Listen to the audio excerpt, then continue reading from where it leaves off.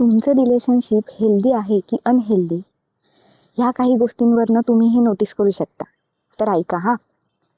भांडण झाल्यानंतर कम्युनिकेशन बंद करता की कम्युनिकेशन करता?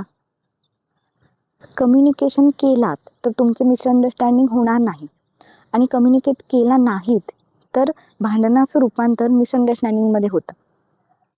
नात्यामध्ये एकमेकाची रिस्पेक्ट आहेच, पण सोबत सेल्फ रिस्पेक्टही आहे.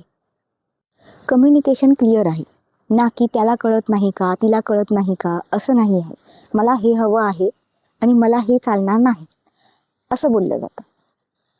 प्रॉब्लेम इग्नोर केले जात नाही, ते साठवून ठेवले जात नाहीत, तर त्याच्यावरती सोल्युशन शोधलं जातं. मग ते एकट्याकडून किंवा दोघांकडून पण सॉल्व केलं जातं.